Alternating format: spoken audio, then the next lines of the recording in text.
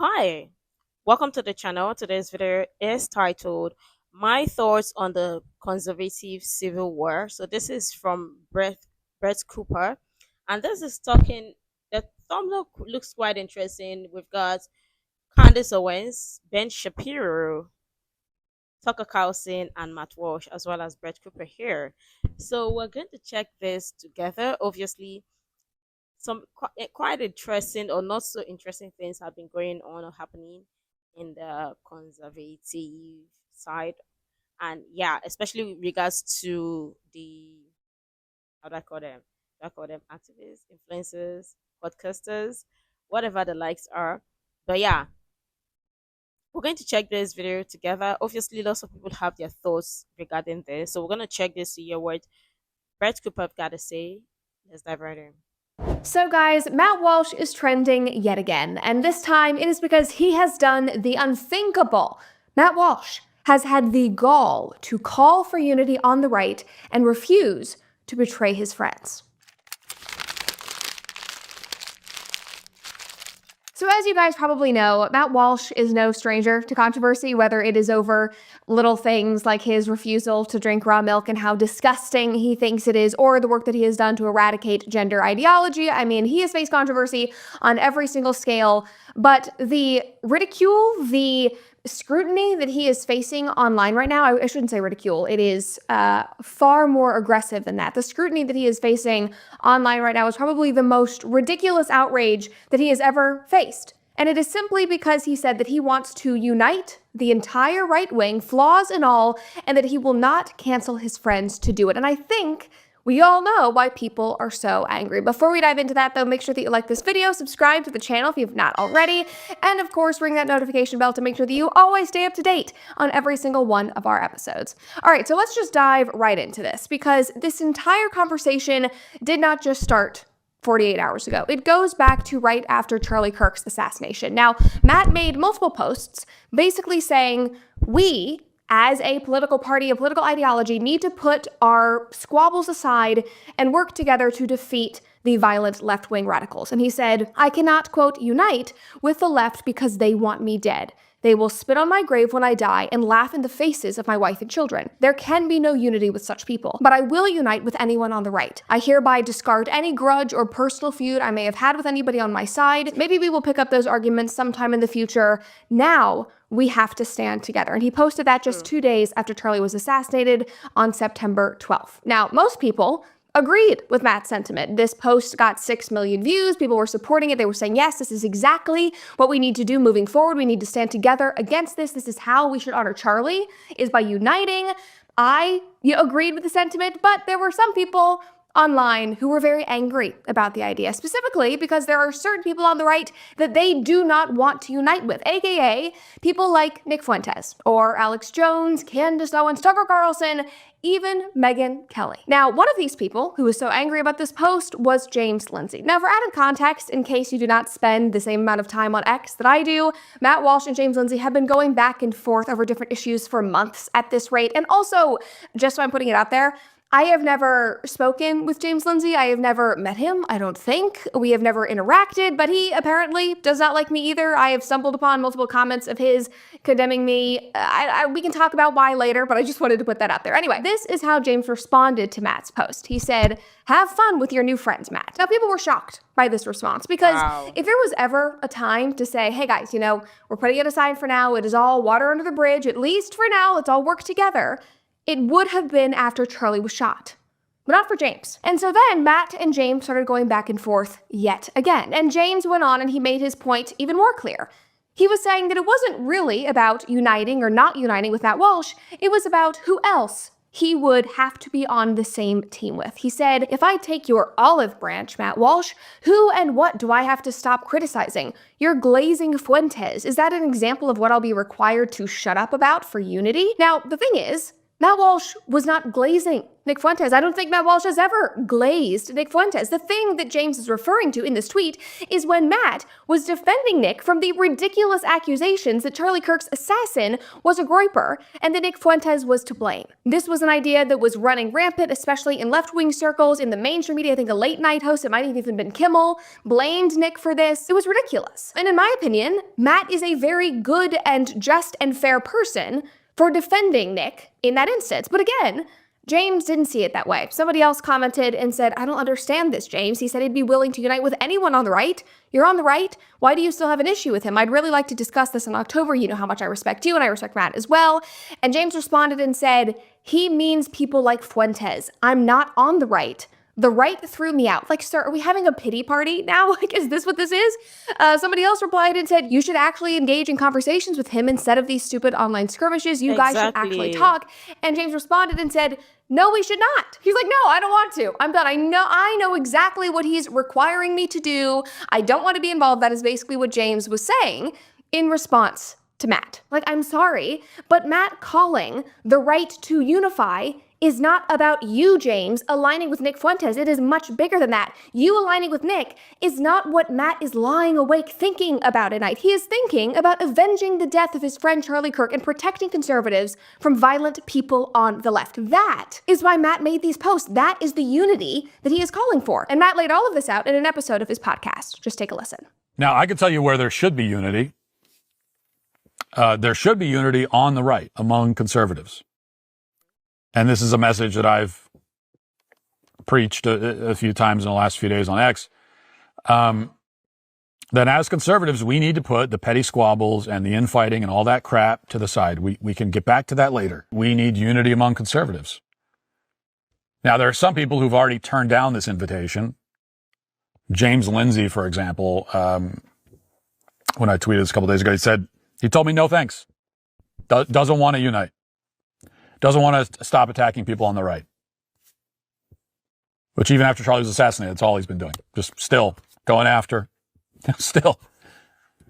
That is like, not saying anything about the people who would actually be pissing on his grave if he were killed. No problem with them. It's just going after the right. And that's fine too, if that's how you feel.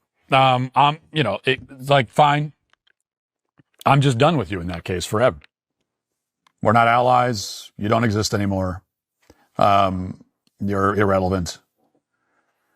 If even now, in the face of all this, after one of our most important leaders has been shot and killed on stage in front of us by a deranged LGBT militant, if even now you still have an appetite to spend your time punching right, then I have nothing else to say to you or about you. I mean, that's the beauty of Matt Walsh. He does not pull punches in the slightest. And I love him for it. Now, all of this took place back in September. This is not new news. This is just the context. This is basically like going over the syllabus before you start your new semester at Grand Canyon University.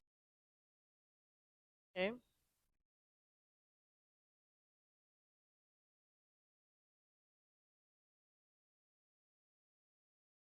Well, let me just say this because this was the exact same thing I said.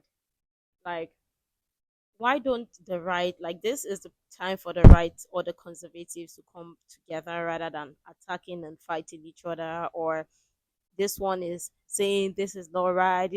I just think that it's just too much going on. I mean, after what happened with Charlie Kirk, this is a time like lots of people have to stay united.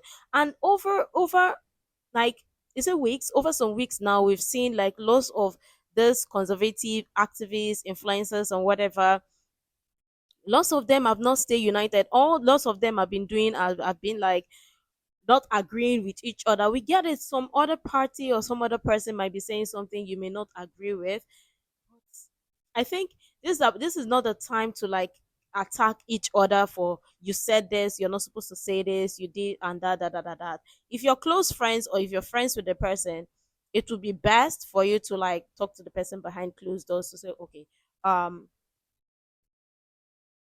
we need to come together, we need to stay or have one voice, stay united and stuff, and kind of understand each other, right? And speak one excuse me, and speak one voice in unity, right? Not like everybody's going to have the exact same talking points, but I mean, like, both of all of you, instead of fighting or attacking each other publicly, you don't need that.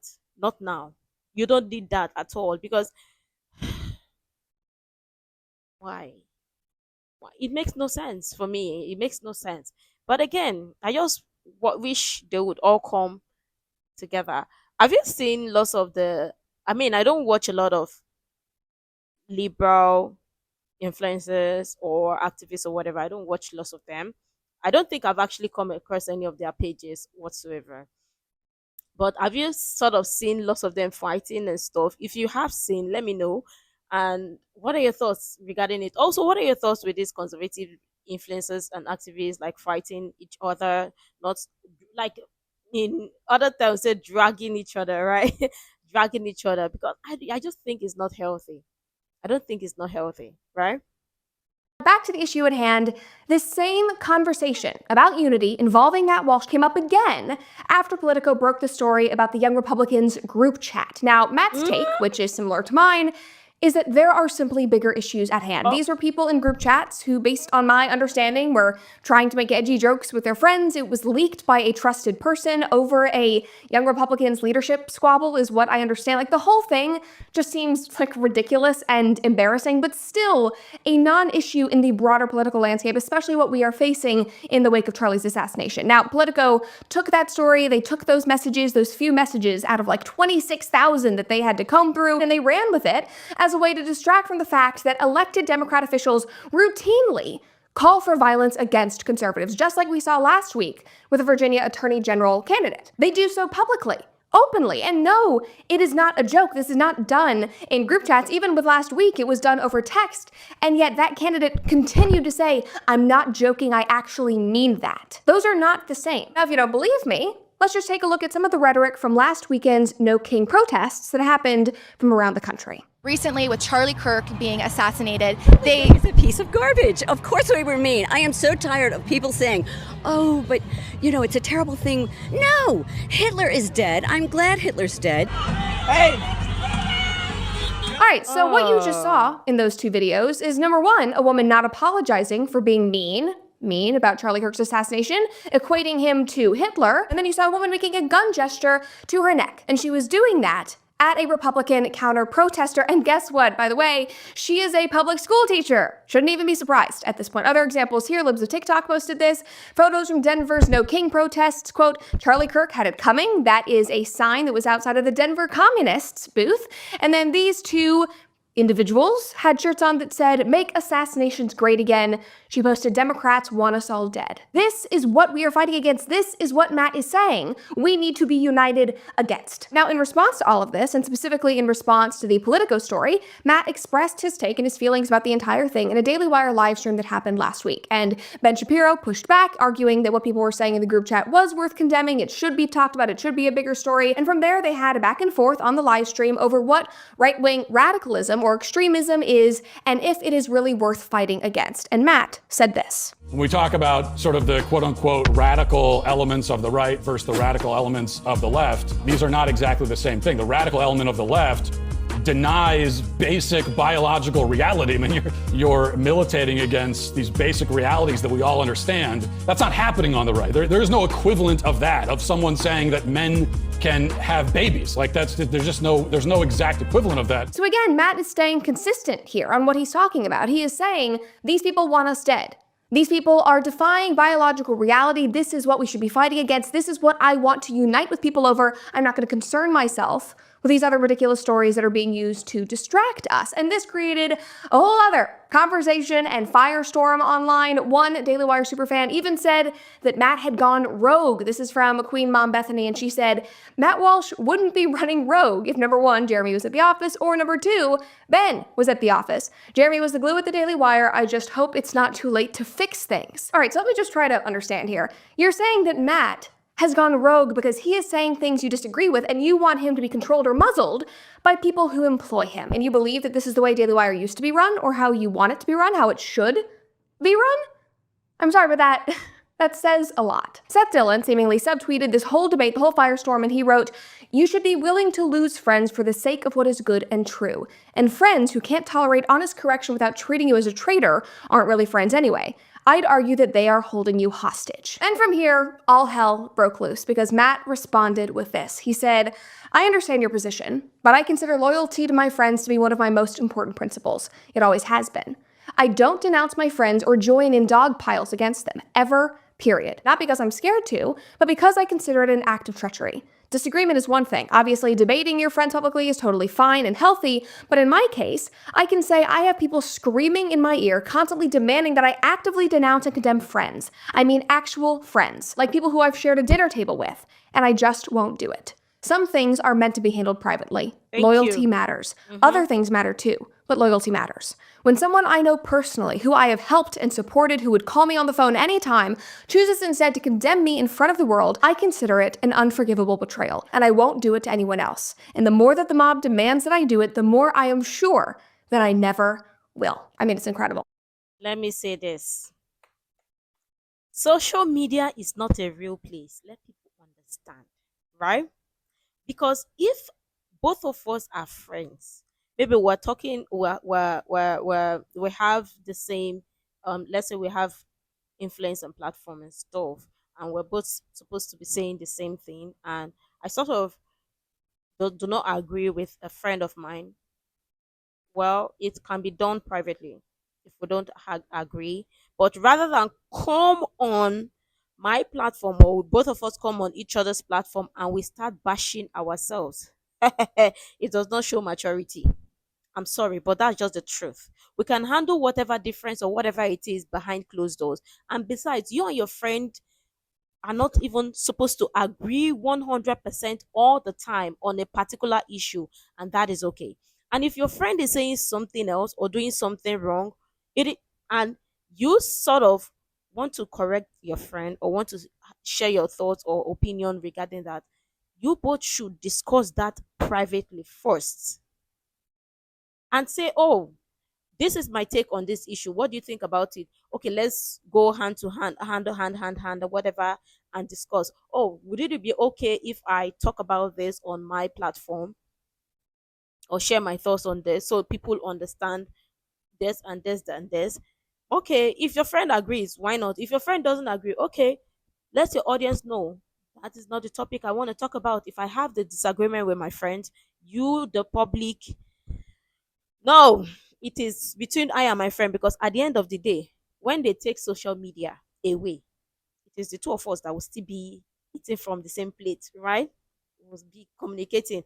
And if because of social media we lose our friendship, who lose? It is not the social media people that lose, it is you. So I just think that people don't understand the dynamics or the depth of friendship. People just think that, oh, the both of you are friends, so obviously you have to call your friend out publicly. Don't do that. Don't do that. Stop doing that. What Matt Walsh's stand on this is superb maturity. And people need to understand this. And over again, I've said this over and over again, and I'm going to say it. You and your friend are not supposed to agree 100% on a particular topic, and that is okay. It doesn't mean the person has, or the person has, or blink one thing. You may not 100% like what the person has got to say. If you have a close personal relationship with the person, talk to the person behind closed doors or talk to the person outside of social media. Especially if the both of you like go away or know each other, like, yeah, talk to the person behind closed doors. It shows respect or mutual respect instead of like picking up the camera and then you're calling out your friend to, and then you still claim to say that person is your friend. Like, how is the person your friend? And you see, especially on this conservative side, where lots of people be like, "Oh, oh, we're telling a particular influencer or whatever to say, talk to this your friend or call out this your friend or whatever, whatever." Why? Why? If I don't want to, why? Do you know if I've spoken to the person or spoken to the person behind closed doors? Why? Why am I gonna call? You don't need that. You don't need to do that. And friendship is beyond social media. It's not how you see it. It's not how you see it.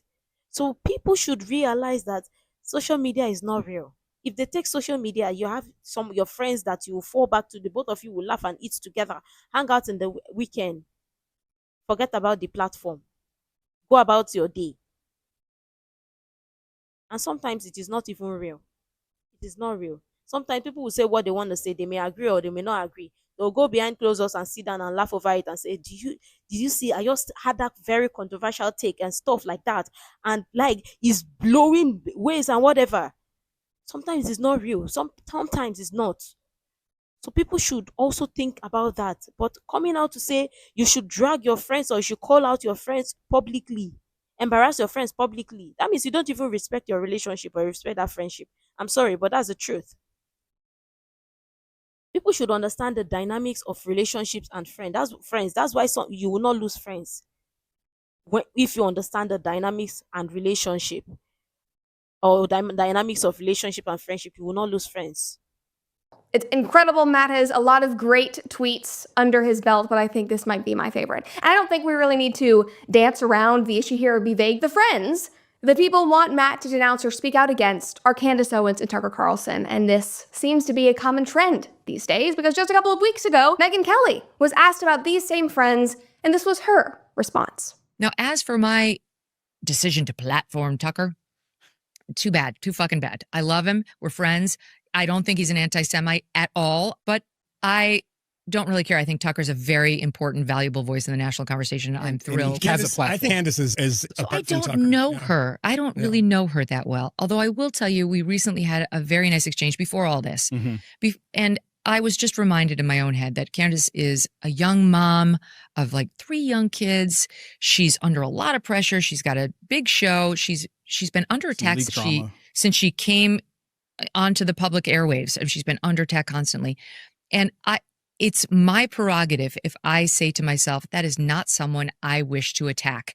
I do not feel that way. I don't want to do it. Yeah. And I felt this way. And now that people have made my attacking her the stakes of my relationship with whatever person is saying this, I'm going to have to say goodbye to that person. I won't do it. Now it's like a point of pride. Yeah. It's literally the same thing as the BLM folks trying to make you raise your fist. The answer is no. I mean, that is a perfect analogy, in my opinion, and I love Megyn for saying this, but from there, because this is the state of the internet in 2025, people started dogpiling onto Megyn, saying that now she is the dangerous one. She's becoming radicalized because of this sentiment. We all need to be wary of Megyn. You know, what is Megyn doing? And all of this is incredibly ironic to me because all of these conversations have been amplified by Charlie Kirk's assassination. They are arguing over what he believed, who he chose to platform, and who he was friends with. And people are obviously emotional in their grief, and I understand that. Obviously, I empathize with that. They are emotional over their thoughts on hot-button issues like the conflict in Israel and Israel's relationship with our government. Now, I really don't care about all of that back and forth, nor do I have a stake in any debate about Charlie, but from what I have seen, you can't say that Charlie didn't value the kind of loyalty that Matt is discussing. I mean, this is what he said about Candace just shortly before his death. She's a great friend. You know, look, I don't agree with everything Candace says, but you know what I don't do? I don't stop being friends with people just because people morally blackmail me. I don't do that, and you shouldn't either. Look, I have different views on things as Candace. I have different views on Israel than Candace. I have different views on a lot of geopolitics. But honestly, I traveled the country with Candace. I went to her wedding. I saw her meet her husband. I went to Israel with Candace, which is a fun story I'll tell you at some point. But what I don't like is when people demand, you must stop being friends with somebody. Whoa, whoa, whoa. That's a left-wing tactic. Don't do that. I'm not saying you do that, but other people do that. We should never resort to that. I mean, this is the kind of unity that Matt is talking about, that he is being attacked for relentlessly. And this kind of sentiment is why Charlie was so beloved. It's something that people have been talking about at length after his assassination. The fact that he truly was friends with everyone, that he wouldn't badmouth you behind closed doors, that he would try to see the good in everyone. He would try to understand you regardless if you disagreed. He saw the value in working with people who might disagree with him, who were on the right and shared many of his values. Like, that was one of the wonderful things about Charlie. That should be a huge part of his legacy. And the key line in that video is that he would not be morally blackmailed into attacking his friends or canceling his friends. And that is exactly what is happening to Matt Walsh. That is exactly what has been happening to Megyn Kelly, and that is what they are very publicly pushing back against. It's also what has been happening to Brandon Tatum and his wife Corinne, who are longtime best friends with Candace Owens, and yet they vehemently disagree on the topic of Israel. And yet, both parties refuse to attack each other. When it's brought up, they say, you know what? Candace is off limits. Brandon is off limits. He's a brother to me. He is a sister to me. Friendships are bigger than politics, and I massively respect them for that. Now, needless Exactly. Friendships are bigger than politics. Ah, and social media, oh, and social media. It's not just politics, social media. Let me say it again. Friendships or friendship is bigger than politics and social media. These are the people. These are the people. These are the people again. These are the people that you're going to share table with. Oh, laugh with. Hmm. Oh, goodness. The fact that people will go the length to say, oh, you have to call out this person and whatever, just because the person is saying something that you don't like, you expect another platform or somebody else, a friend of theirs, to call them out. I'm so sorry. That's not how friendship works. If that is your own definition of what friendship is, you have to recheck and reevaluate your friendship or what you think about friendship. You have to reevaluate it. That's not how friendship is. If you have an issue with a friend's take on a particular issue, the both of you will talk about it behind closed doors, not on social media. If the only way the both of you resolve your relationship is by social media and coming to attack yourselves, the both of you are not friends. You're never friends. You're just hiding the marks of, or hiding behind the marks of the name friendship. You were never friends. And I just love how these conservative influencers, activists, you name it, like how their friend group or friendship works regardless of the case. Don't do that. Don't do that. Hmm. Social media is not real. I will say it again. say I agree with Matt and Megyn and the Tatums, but Let you me might have, take it already back. Yeah. brother to me, he is a sister to me. Friendships are bigger than politics, and I massively respect them for that. Now, needless to say, I agree with Matt and Megyn and the Tatums, but you might have, already gathered that, considering that I have not stopped being friends with Candace regardless of the comments that I've gotten. And that is probably why James Lindsay tweeted that he was so disappointed that TVUSA was inviting me to speak at their conference this summer. Like, I genuinely can't think of another reason, because again, we have never interacted to my knowledge, so that must be the reason why. Now, I also want to put it out there that I am not trying to insert myself into any kind of drama, but I thought that it was important to speak on all of this because I do know and I have worked with some of these parties very intimately. So no, I will not stop being friends with Candace Owens, who has become like a big sister to me because the internet demands it. I will not attack Matt just because I no longer work with him or because the internet has decided to pile on to him for the 27th millionth time. I also will not pile on to attacks on Ben Shapiro's character because he was nothing but kind and supportive of me during my time at Daily Wire. And that is a fact. I just won't do it. And if you have a problem with any of that, that's fine. But I would urge you to consider something that Matt also posted about this. He said, "What annoys me is when people claim that I must denounce so-and-so or say such and such because it is the principled thing to do. They haven't even considered the possibility that perhaps I have different principles than they do. Those might be your principles, but they aren't mine. One of my most cherished principles is loyalty to family and friends. It might not be yours, but it is mine. So when you accuse me of not having principles, please be sure to stipulate that I don't have your principles, and that is true. I'm not you and you aren't me. You might want to consider that on occasion. And so if you are angry with Matt, if you are angry with Megyn or me or whoever for continuing to be friends with somebody who goes against your values or pisses you off on a daily basis, again, that is fine. That is your prerogative. It simply means that we have different values. And guess what? It is a free country. That is the beauty of America. And another thing that I want to say is that friendships in the public eye, especially with politics, especially in 2025 when everything is a hot button issue and tensions are so high, these relationships are complicated because everyone thinks that they know the full story or the extent of your relationship. Exactly. And these days, if you don't condone someone, that automatically means that you align with every single one of their values, when maybe it just means that you value them as a friend, that you have history, that you adore them. Or, in regards to what Matt is saying, it just means that you want to unify as allies against a far bigger, more significant threat than the things we are arguing over on a daily basis. And so all of this to say, the attacks against Matt Walsh are ridiculous, and obviously I am biased because I know him, but I will tell you, Matt Walsh is a good man. He is a loyal friend. He says what he believes, and he will always fight to do so. I have seen it myself. He will always fight. So feel free to continue to tweet at him. Feel free to leave all the comments you want, but I guarantee it will only make his convictions stronger. So be prepared. And apart from that, yeah, for me, I just think that if you're friends with somebody, you don't have to 100% always agree with your friend, whatever they say, their take on things or on issues.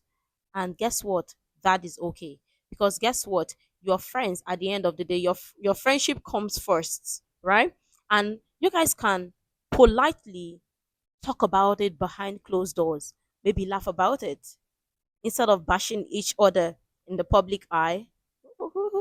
That's not how friendship works, okay? And somebody cannot come and impose their own ideology or what they think about a particular friendship or friend group to say, oh, your friend is saying this, call out your friend. Why is your friend saying this? Your friend is not. No. Mm-mm. If my friend is doing something wrong, I have eyes, I have ears too.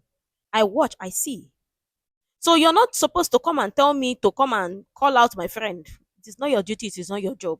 That's not how it operates, or that's not how it works. But people want it to be like it is like this, it has to be like this. Or your friend just said something and you're saying this. Calm down. Calm down. Calm down. French, you're not expected to tie something but for your friend's group to say, oh, you will must agree to say no now. No. People value friendship. And most of the time, guess what? Some of these topics or some of these things in regards to disagreement or their thoughts and opinions regarding this, they may discuss it behind closed doors. They may not talk about it. And guess what? It's still okay. It's still okay. So people should not think that, oh, friendship is a do or die affair and bring whatever they are supposed to discuss with their friends in private and bring it to the public media or public eye. It means you don't even value your friendship with the person in the first place. Let me know what you think. Make sure to like, comment, share, subscribe, and all that stuff. And until next time, see you in the next video.